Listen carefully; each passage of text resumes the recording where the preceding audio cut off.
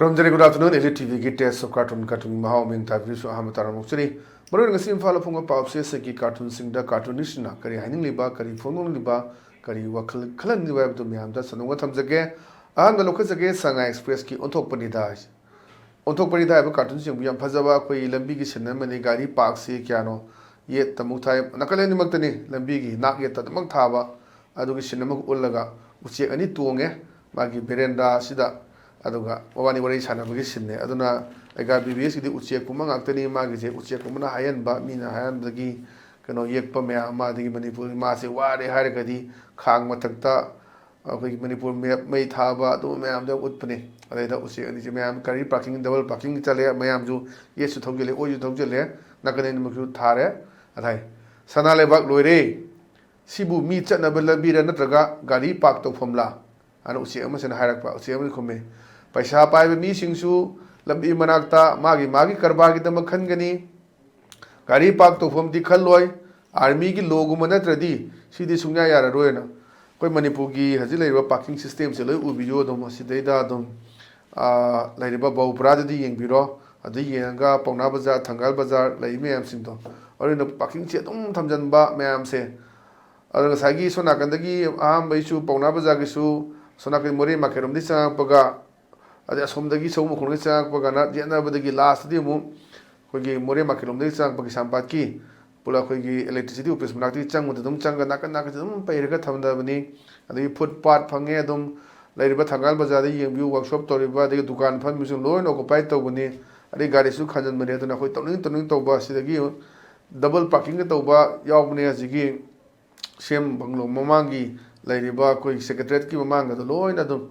mana thokpadam tawba adu film dani aduna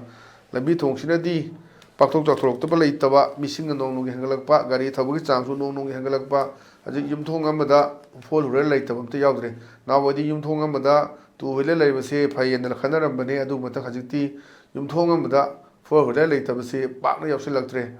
aduna parking to hom lai taba haji ingbiu tidim lot lambi ga se loina mak tawrakan lambi pakthoi do khigi gari thamna bagi oina pakthok man bam su lai bane aduna khoi system seida kari makhara hongdo haning bagi apam ba mu utpa ana fazaba cartoon ni haidana ai thamjage mathang da leisna koi sana leibaki loire dana sida ahalanga na ha ga wari sana bane aja na ha sin hai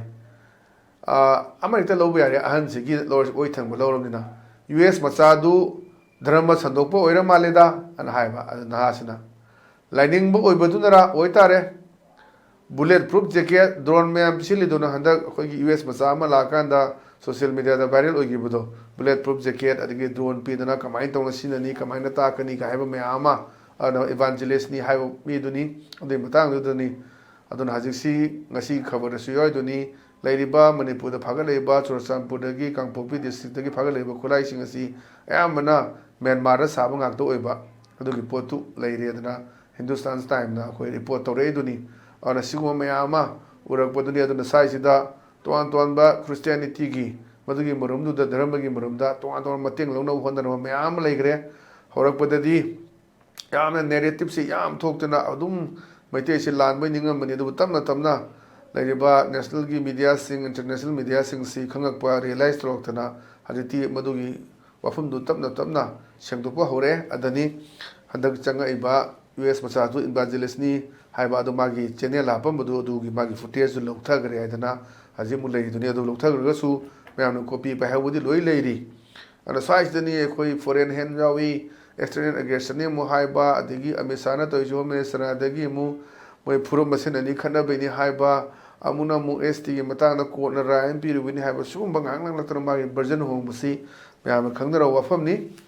ana size dani adu na hajiksi lairiba mayam mateng pangwala pudu madubu dharma sandokpu oira maleda hai kana o dharma sandokpu dan oitare bullet proof jacket ka drone ke pisilli dona yam phajaba sisu wan thok leba cartoon ni thamjage mathang leisna pungna phamgi balu he doni balu he sida koi building am gi mangda kara na hal ni lepag leire adu wari sab doni kama haigada matam amada lairaba muthat kani lauramba lairaba lehero haiduna kanna lauramani pani bot he ka khibadagi ꯂꯥꯏꯔꯕ ꯎꯗꯅꯕ ꯊꯣꯡ ꯂꯣꯟꯈ꯭ꯔꯕꯅꯦꯅ ꯍꯥꯏꯁꯤꯗꯤ ꯑꯩꯈꯣꯏ MLA ꯃꯌꯥꯝ ꯑꯃ ꯇꯧꯔꯤꯕ ꯃꯌꯥꯝꯁꯤꯅ ꯑꯩꯈꯣꯏꯒꯤ ꯄ꯭ꯔꯖꯥꯁꯤꯡꯒꯤ ꯅꯤꯡꯕ ꯊꯨꯡꯍꯟꯗꯕꯒꯤ ꯄꯦꯟꯗꯕ ꯈꯣꯜꯂꯥꯎ ꯑꯃꯈꯛ ꯊꯝꯃꯝꯕꯅꯤ ꯉꯜꯂꯤꯉꯩ ꯃꯇꯝꯗꯗꯤ ꯂꯥꯏꯔꯕ ꯂꯩꯍꯜꯂꯣꯏ ꯑꯗꯨ ꯇꯧꯔꯣꯏꯅ ꯇꯧꯈꯤꯕ ꯑꯗꯨꯒ ꯍꯧꯖꯤꯛꯅ ꯀꯃꯥꯏꯅ ꯇꯧꯔꯒꯦꯗ ꯂꯥꯏꯔꯕꯁꯤ ꯎꯅꯅꯤ ꯈꯟꯗꯅ ꯊꯣꯡ ꯂꯣꯟꯁꯤꯟꯈ꯭ꯔꯦ ꯁꯤꯅꯦꯕ ꯑꯗꯨꯅꯤ ꯃꯇꯝꯗꯨꯗꯅ ꯚꯣꯠ ꯀꯥꯟꯅꯕ ꯍꯣꯠꯅꯕꯗ ꯑꯗꯨꯝ ꯚꯣꯠꯀꯤ ꯐꯤꯒꯥꯎ ꯁꯥꯗꯅ ꯅꯤꯗꯅ ꯇꯧꯕ ꯀꯥꯟꯗ ꯀꯥꯎꯈꯤꯕ ꯑꯗꯨꯒꯤ ꯐꯖꯕ ꯁꯤꯟ ꯑꯃꯈꯛ ꯀꯥꯔꯇꯨꯅꯤꯁꯅ ꯊꯝꯃꯛꯄꯅꯤ ꯍꯥꯏꯗꯅ ꯑꯩ ꯊꯝꯖꯒꯦ ꯃꯊꯪꯗ ꯂꯩꯁꯤꯅ ꯑꯩꯈꯣꯏ ꯔꯣꯌꯦꯜ ꯂꯟꯄꯥꯎꯒꯤ ꯑꯁ ꯂꯣꯏꯔꯦ ꯍꯥꯏꯕꯗꯨꯅꯤ ꯑꯗ ꯁꯤꯗꯩꯗ ꯂꯝꯕꯤ ꯁꯦꯝꯕꯒꯤ ꯁꯤꯟꯅꯦ ꯃꯟꯇ꯭ꯔꯤ MLAꯅꯤ ꯁꯤꯗꯩꯗ ꯑꯩꯈꯣꯏ ꯅꯦꯍꯔꯨ ꯇꯨꯄꯤ ꯎꯞꯄꯒ ꯀꯨꯔꯇꯥ ꯄꯥꯏꯖꯥꯃꯒ ꯁꯦꯠꯂꯤꯁꯦ ꯑꯗ ꯃꯥ ꯃꯀꯟ ꯊꯤꯅ ꯁꯥꯎꯕꯩꯅꯦ ꯍꯦꯛꯇ ꯌꯦꯛꯏꯕ ꯄꯣꯠꯁꯦ ꯀꯥꯝꯊꯣꯛꯑꯒ ꯑꯃꯁꯤꯅ ꯍꯨꯃꯥꯡ ꯀꯥꯡꯉ ꯂꯩꯔꯦ ꯃꯥ ꯂꯥꯎꯅꯦ ꯑꯩ ꯂꯝꯕꯤꯁꯤ ꯀꯅꯥꯅ ꯊꯤꯀꯥ ꯂꯧꯕꯅꯣ ꯍꯥꯏꯌꯨ ꯑꯅ ꯍꯥꯏꯕꯅꯦ ꯑꯃꯅ ꯍꯨꯃꯥꯡ ꯀꯥꯡꯉꯦ ꯁꯥꯔꯒꯤ ꯏꯅꯥꯎ ꯅꯨꯄꯥꯅ ꯂꯧꯕꯅꯦꯅ ꯂꯝꯕꯤ ꯐꯠꯇꯕꯒꯤ ꯂꯩꯔꯤꯕ ꯀ꯭ꯋꯥꯂꯤꯇꯤ ꯃꯦꯟꯇꯦꯟ ꯇꯧꯔꯝꯗꯕ ꯑꯗꯨꯗ ꯃꯟꯇ꯭ꯔꯤꯗꯨꯅ ꯁꯥꯎꯕꯒꯤ ꯁꯤꯟꯅꯦ ꯑꯗ ꯀꯅꯥꯅ ꯊꯤꯀꯥ ꯂꯧꯏ ꯃꯁꯤ ꯂꯝꯕꯤ ꯐꯖꯅ ꯁꯦꯝꯗ꯭ꯔꯦ ꯍꯥꯏꯅ ꯂꯥꯎ ꯀꯥꯟꯁꯤꯗ ꯑꯃꯁꯤꯅ ꯁꯥꯔꯒꯤ ꯏꯅꯥꯎ ꯅꯨꯄꯥꯅ ꯂꯧꯕꯅꯦ ꯍꯥꯏꯗꯨꯗ ꯑꯗꯨ ꯃꯈꯥ ꯇꯥꯕꯗꯤ ꯀꯔꯤ ꯂꯩꯔꯝꯗꯨꯅ ꯎꯠꯇ꯭ꯔꯦ ꯇꯨꯃꯤꯟ ꯂꯩꯔꯝꯒꯗ꯭ꯔꯥ ꯀꯔꯤ ꯂꯩꯔꯝꯒꯗꯒꯦ ꯍꯥꯏꯗꯨꯗꯤ ꯑꯗꯨꯅ ꯁꯤꯅꯤ ꯃꯌꯥꯝ ꯑꯃ ꯇꯣꯉꯥꯟ ꯇꯣꯉꯥꯟꯕ ꯗꯤꯄꯥꯔꯠꯃꯦꯟꯁꯤꯡꯗ ꯃꯥꯒꯤ ꯃꯔꯤ ꯃꯇꯥ ꯗ ꯄꯤꯁꯟꯅꯕ ꯊꯤꯀꯥꯒꯤ ꯈꯪꯗꯦ ꯁꯄ꯭ꯂꯥꯏ ꯈꯪꯗꯦ ꯄꯤꯅꯕ ꯍꯣꯠꯅꯕꯗ ꯃꯃꯥꯡꯗꯁꯨ ꯃꯟꯇ꯭ꯔꯤ ꯑꯃ ꯏꯃꯨꯡ ꯃꯅꯨꯡꯒꯤ ꯃꯥꯒꯤ ꯅꯨꯄꯤ ꯃꯌꯨꯝꯒꯤ ꯀꯔꯤ ꯀꯔꯥꯒꯤ ꯂꯣꯏꯅ ꯇꯧꯅꯕ ꯍꯣꯠꯅꯕꯗ ꯃꯊꯪꯗ ꯚꯣꯠ ꯀꯥꯈꯤꯗꯕꯁꯨ ꯌꯥꯎꯈꯤꯕ ꯃꯌꯥꯝ ꯑꯃ ꯑꯩꯈꯣꯏ ꯊꯦꯡꯅꯈꯤꯕ ꯂꯩꯔꯦ ꯑꯗꯨꯅ ꯑꯩꯈꯣই ꯅꯨꯄꯤ ꯃꯌꯨꯝꯒꯤ ꯏꯁꯦꯟ ꯅꯨꯄꯥꯒꯤ ꯌꯨꯝꯒꯤ ꯀꯔꯤꯒꯤ ꯇꯧꯗ ꯑꯗꯨꯅ ꯂꯝꯕꯤ ꯐꯠꯇꯕ ꯁꯦꯝꯕꯗꯨꯗ ꯁꯤ ꯀꯅꯥꯅ ꯁꯦꯝꯕꯅꯤ ꯍꯥꯏꯌꯨ ꯃꯥꯅ ꯂꯥꯎꯕꯅꯤ ꯑꯗꯨꯗ ꯁꯥꯔꯒꯤ ꯏꯅꯥꯎ ꯅꯨꯄꯥꯅ ꯁꯦꯝꯕꯅꯦꯅ ꯁꯥꯔꯒꯤ ꯏꯅꯥꯎ ꯅꯨꯄꯥꯅ ꯊꯤꯀꯥ ꯂꯧꯕꯅꯤ ꯁꯥꯔꯒꯤ ꯏꯅꯥꯎ ꯅꯨꯄꯥꯅ ꯂꯧꯕꯅꯤꯅ ꯌꯥꯝ ꯐꯖꯕ ꯁꯤ ꯋꯥꯟꯊꯣꯛ ꯂꯩꯕ ꯀꯥꯔꯇꯨꯟꯅꯦꯅ ꯊꯝꯖꯒꯦ ꯃꯊꯪꯗ ꯂꯩꯔꯤꯁꯤꯅ ꯏꯆꯦꯜ ꯑꯦꯛꯁꯄ꯭ꯔꯦꯁꯀꯤ ꯅꯩꯔꯦ ꯍꯥꯏꯕꯗꯨꯅꯤ ꯅꯩꯔꯦ ꯁꯤꯗ ꯃꯟꯇ꯭ꯔꯤꯁꯦ ꯃꯌꯥꯝꯁꯦ ꯀꯅꯥ ꯃꯥꯟꯒꯦ ꯌꯦꯡꯕꯤꯌꯨ ꯃꯌꯥꯝꯅ ꯑꯣꯝꯁꯤꯜꯂ ꯂꯩꯔꯦ ꯑꯣꯝꯁꯤꯜꯂ ꯂꯩꯔꯒ ꯍꯥꯏꯕꯅꯦ ꯀꯔꯤ ꯍꯥꯏꯒꯦꯗ ꯁꯦꯜ ꯈꯔ ꯍꯦꯛꯇ ꯄꯤꯔꯒ ꯏꯔꯥꯡ ꯍꯟꯊꯅꯕ ꯁꯤꯟꯕꯗꯨ ꯇꯧꯕꯤꯔꯅꯨ ꯁꯥꯔ ꯑꯁꯦꯡꯕ ꯑꯃ ꯍꯥꯏꯔꯣꯅ ꯍꯥꯏꯕꯅꯦꯕ ꯑꯗ ꯃꯥꯅ ꯈꯨꯝꯃꯦ ꯑꯩꯈꯣꯏꯁꯨ ꯅꯈꯣꯏꯅ ꯁꯦꯝꯍꯟꯅꯤꯡꯕꯗꯒꯤ ꯍꯦꯟꯅ ꯁꯦꯝꯅꯤꯡꯂꯤꯅꯤ ꯁꯔꯀꯥꯔꯁꯤꯒꯤ ꯄꯣꯖꯤꯁꯟ ꯃꯌꯥꯝꯅ ꯍꯦꯟꯅ ꯈꯪꯂꯤꯗꯨꯅꯤꯅ ꯍꯧꯖꯤꯛꯀꯤ ꯁꯔꯀꯥꯔꯁꯤꯒꯤ ꯐꯤꯕꯝ ꯐꯠꯇꯕ ꯍꯥꯏꯇꯥꯔꯦ ꯁꯦꯜ ꯊꯨꯝꯒꯤ ꯐꯤꯕꯝ ꯐꯠꯇꯕ ꯃꯌꯥꯝ ꯑꯃ ꯂꯩꯕ ꯃꯄꯥꯟ ꯊꯣꯡꯗꯗꯤ ꯐꯖꯕ ꯃꯥꯟꯕ ꯍꯧꯖꯤꯛ ꯑꯗꯒꯤ ꯇꯣꯂꯣꯞ ꯄꯤꯗꯕꯒꯤ ꯑꯃꯨꯛ ꯂꯥꯎꯅꯔꯅꯤ ꯍꯧꯖꯤꯛ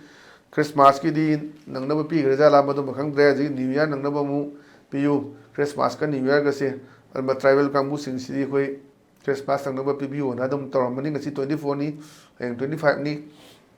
ꯑꯗꯨꯅ ꯀꯔꯤ ꯂꯩꯒꯗꯦ ꯈꯪꯗꯦ ꯑꯗꯨꯅ ꯁꯔꯀꯥꯔꯒꯤ ꯁꯦꯜ ꯊꯨꯝꯁꯦ ꯐꯤꯕꯝ ꯐꯠꯇꯕ ꯃꯥꯅ ꯎꯕꯗꯨ ꯀꯃꯥꯏꯅ ꯇꯧꯗꯅ ꯄꯨꯊꯣꯛꯁꯤꯒꯦ ꯍꯥꯏꯅ ꯀꯥꯔꯇꯨꯟꯁꯤꯅ ꯊꯝꯃꯀꯥꯟꯗ ꯂꯤꯗꯔ ꯑꯃꯁꯦ ꯃꯌꯥꯝ ꯆꯪ ꯈꯣꯝꯖꯤꯜꯂꯦ ꯑꯗꯣ ꯑꯦꯅꯤ ꯏꯁꯨ ꯑꯃꯗ ꯁꯥꯔꯅ ꯄꯩꯁꯥ ꯄꯤꯔꯒ ꯇꯧꯕꯗꯣ ꯌꯥꯔꯣꯏ ꯑꯁꯦꯡꯕ ꯑꯃ ꯍꯥꯏꯕꯤꯔꯛꯑꯣ ꯍꯥꯏ ꯀꯥꯟꯗ ꯑꯩꯈꯣꯏꯁꯨ ꯅꯈꯣꯏꯅ ꯁꯦꯝꯅꯤꯡꯕꯗꯒꯤ ꯍꯦꯟꯅ ꯁꯦꯝꯅꯤꯡꯂꯤꯅꯤ ꯁꯔꯀꯥꯔꯁꯤꯒꯤ ꯄꯣꯖꯤꯁꯟ ꯃꯌꯥꯝꯅ ꯍꯦꯟꯅ ꯈꯪꯂꯤꯗꯨꯅꯦꯅ ꯁꯤꯁꯨ ꯌꯥꯝ ꯐꯖꯕ ꯀꯥꯔꯇꯨꯟꯅꯤ ꯃꯊꯪꯗ ꯂꯩꯔꯤꯁꯤꯅ ꯑꯩꯈꯣꯏ ꯅꯥꯔꯣꯟ ꯊꯧꯗꯥꯡꯒꯤ ꯍꯋꯥꯗꯣ ꯂꯩꯔꯥꯡꯗꯣ ꯍꯥꯏꯗꯨꯅꯤ ꯑꯗꯩꯗ ꯉꯁꯥꯏꯒꯤ ꯅꯨꯄꯥꯁꯤ ꯅꯍꯥꯅꯤ ꯑꯃꯁꯤꯅ ꯃꯈꯣꯏ ꯈꯔ ꯆꯣꯝꯃꯦ ꯑꯍꯜ ꯑꯣꯏꯔꯦ ꯃꯥꯅ ꯍꯥꯏꯕꯅꯤ BP ꯋꯥꯡꯂꯦꯅ ꯍꯣꯁꯄꯤꯇꯥꯜ ꯆꯠꯂꯨꯕꯕꯨ ꯁ꯭ꯇ꯭ꯔꯣꯛ ꯇꯧꯔꯝꯗꯣꯏ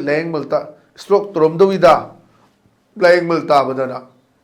ꯁ꯭ꯇ꯭ꯔꯣꯛ ꯇꯧꯔꯝꯗꯧꯏ ꯂꯣꯟꯗꯩꯗꯣ ꯁꯨꯝ ꯍꯥꯏꯕꯗꯁꯨ ꯈꯔ ꯑꯗꯨꯝ ꯄꯩꯔꯝꯕ ꯑꯗꯨꯅꯤ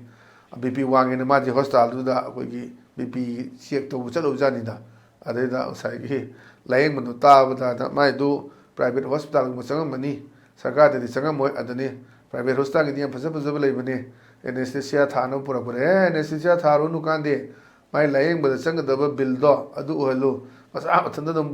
ꯋꯥꯟꯊꯖꯒꯗꯕꯅꯤ ꯍꯥꯏꯕꯗꯣ ꯑꯗꯨꯃꯥꯏꯅ ꯇꯧꯗꯅ ꯉꯁꯥꯏ BP ꯋꯥꯡꯉꯦꯅ ꯍꯣꯁꯄꯤꯇꯥꯜ ꯆꯠꯂꯨꯕꯕꯨ ꯁ꯭ꯇ꯭ꯔꯣꯛ ꯇꯧꯔꯝꯗꯣꯏ ꯂꯥꯏꯌꯦꯡꯕꯗ ꯇꯥꯕꯗ ꯑꯗꯨꯅ ꯒꯚꯔꯟꯃꯦꯟꯠꯒꯤꯗꯗꯤ ꯇꯧꯔꯝꯃꯔꯣꯏ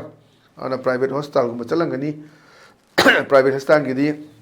ꯍꯦꯛ ꯅꯥꯕꯨ ꯅꯥꯔꯗꯤ ꯑꯗꯨꯝ ꯃꯌꯥꯝꯁꯦ ꯑꯗꯨꯝ ꯂꯣꯏ ꯈꯪꯅꯩꯗꯨꯅꯤ ICUꯗ ꯄꯨꯁꯟꯅꯕ ꯍꯣꯠꯅꯕꯁꯤꯗꯤ ꯑꯗꯨꯝ ꯍꯣꯠꯅꯕꯒꯤ ꯄꯣꯠꯁꯦ ꯑꯗꯨꯝ ꯑꯌꯥꯝꯕ ꯃꯇꯝꯗ ꯑꯩꯈꯣꯏ ꯁꯤ ꯀꯝꯄ꯭ꯂꯦꯟ ꯑꯗꯨꯝ ꯂꯥꯛꯏ ꯍꯣꯏ ꯀꯟꯅꯅꯕ ꯁꯦꯕꯥ ꯇꯧꯕꯤꯅꯕ ꯄꯨꯁꯜꯂꯝꯕ ꯌꯥꯏ ꯃꯣꯏꯁꯨ ꯑꯗꯨꯒꯨꯝꯕ ꯈꯔ ꯌꯥꯎꯔꯝꯒꯗ꯭ꯔꯥ प्रजाꯁꯤꯡꯒꯤ ꯄꯦꯟꯗꯕ ꯈꯔꯁꯨ ꯂꯩꯕ ꯑꯗꯨꯒꯨꯝꯕ ꯄꯣꯠ ꯈꯔꯁꯨ ꯂꯩꯕꯅꯤ ꯑꯗꯨꯗꯅꯤ ꯄ꯭ꯔꯥꯏꯚꯦꯠ ꯈꯨꯗꯤꯡꯃꯛ ꯍꯣꯁꯄꯤꯇꯥꯜ ꯈꯨꯗꯤꯡꯃꯛ ꯂꯣꯏꯅ ꯇꯧꯏ ꯍꯥꯏꯕ ꯅꯠꯇꯕ ꯀꯅꯥꯒꯨꯝꯕ ꯆꯦꯡ ꯆꯪꯔꯤꯡ ꯑꯃꯅ ꯆꯦꯡꯀꯣꯛ ꯑꯃ ꯃꯥꯡꯊꯣꯛꯏꯒ ꯍꯥꯏꯕꯗꯣ ꯏꯄꯥ ꯏꯄꯨꯒꯤ ꯄꯥꯎꯔꯧꯗ ꯑꯗꯨꯒꯨꯝꯕ ꯈꯔ ꯌꯥꯎꯕ ꯖꯥꯠꯂꯥ ꯄ꯭ꯔꯖꯥꯁꯤꯡꯒꯤ ꯀꯝꯄ꯭ꯂꯦꯟ ꯑꯗꯨꯝ ꯂꯥꯛꯏ ꯑꯗꯅꯤ BP ꯋꯥꯡꯂꯦꯅ ꯍꯣꯁꯄꯤꯇꯥꯜ ꯆꯠꯂꯨꯕꯕꯨ ꯁ꯭ꯇ꯭ꯔꯣꯛ ꯇꯧꯔꯝꯗꯣꯏ ꯂꯥꯏꯌꯦꯡꯕꯜ ꯇꯥꯕꯗ ꯁ꯭ꯇ꯭ꯔꯣꯛ ꯇꯧꯔꯝꯗꯧꯏ ꯂꯥꯏꯌꯦꯡꯕꯜ ꯇꯥꯕꯗꯅ ꯌꯥꯝ ꯐꯖꯕ ꯁꯤꯁꯨ ꯀꯥꯔꯇꯨꯟꯅꯤ ꯃꯊꯪꯗ ꯂꯩꯁꯤꯅ ꯑꯩꯈꯣꯏ ꯃꯅꯤꯄꯨꯔ ꯅ꯭ꯌꯨꯁꯀꯤ ꯗꯁꯥꯅꯤ ꯍꯥꯏꯕꯗꯨꯅꯤ ꯗꯁꯥꯅꯤꯁꯤꯗ ꯏꯁꯤꯡꯁꯤꯗꯩꯗ ꯃꯤ ꯑꯃ ꯏꯔꯥꯛꯅꯔꯒ ꯂꯩꯕꯅꯤ ꯀꯟꯕꯤꯌꯨꯅ ꯑꯗꯩꯗ ꯌꯦꯡ ꯂꯩꯔꯒ ꯃꯥꯅ ꯀꯩ ꯅꯪ ꯚꯣꯠ ꯊꯥꯗꯕ ꯌꯥꯔꯕ ꯆꯍꯤ 9 ꯁꯨꯔꯕ ꯑꯩꯒꯤ ꯄ꯭ꯔꯖꯥ ꯅꯠꯇ꯭ꯔꯥꯅ ꯆꯍꯤ 19 ꯁꯨꯗ꯭ꯔꯒꯗꯤ ꯀꯜꯂꯣꯏꯗꯣꯔꯤꯕ꯭ꯔꯥ ꯁꯤꯅꯦꯕ ꯌꯥꯝ ꯐꯖꯕ ꯑꯗꯨꯅꯤ मादे पतेंग पांगबिउनि इसिंग इरांगनबगी सिननि मंत्री से लाए माई बॉडीगार्ड तौरगा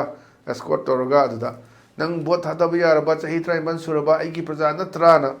नतदि कलोय हाइरा सिगी मनुंगसेदा आथ्रम फुमगा उत्पासिसु याम फजबा कार्टून थमजगे पतंग लेसिना पीपल्स क्रॉनिकल गिनी पीपल्स क्रॉनिकल की ट्विस्ट आर्टिकल ना ट्विस्ट आर्टिकल से यंदी कई हाइगेदा मथागी फम अमा खंग पाय लेरे मंत्री यावरे मागी सेक्रेटरी यावरे अदमाना कई हाइगे सेक्रेटरी ना he is the only one who is suitable for the vacancy mak mathantane asigi vacancy leiriba pham sigi chandari se as per his service record magi service record ki matungina he is the only one who has only 3 cases of corruption charges and bribery sarana ana sorry kagi bribery gi adu corruption gi case home chenaba ana masi phamje magi khwaidagi chanaba khwaidagi suitable oiba mi sakni haidna pi bani am phaja po ne jile po se khoi tonga tono fam sakai le sing se dum masagi service record kam ting na pote mai mai khanga chana ba dagi mantri gi mla gi minister gi mayam si toroga yana yana injen nabi ngaktani argi thabak kawdab si kawdabi manung da dum toroga advertisement ga thok tabi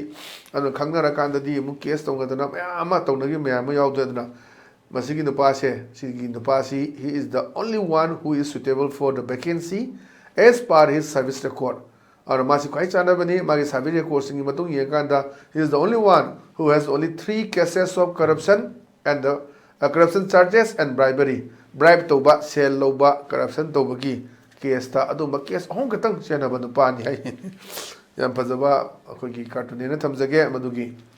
leideba pham sing je duna ma mai khangna chana ba mari mata kari kara khangde chana ri bra chuna ri bra khangdu da pangap tap chen da bagdo adu khai case chana ba bribe lobagi sel chabagi adi corruption tobagi chenaba adusu case hum khaktane na phajaba wan thok leba cartoon ne thamjage aro ngasi gidi adu ELITETV gi test of cartoon gi mahau mata ma saidalo sinjere meng tabiri bu sumbo amaka na kuram jagolo na kanina be thang jiri pinibes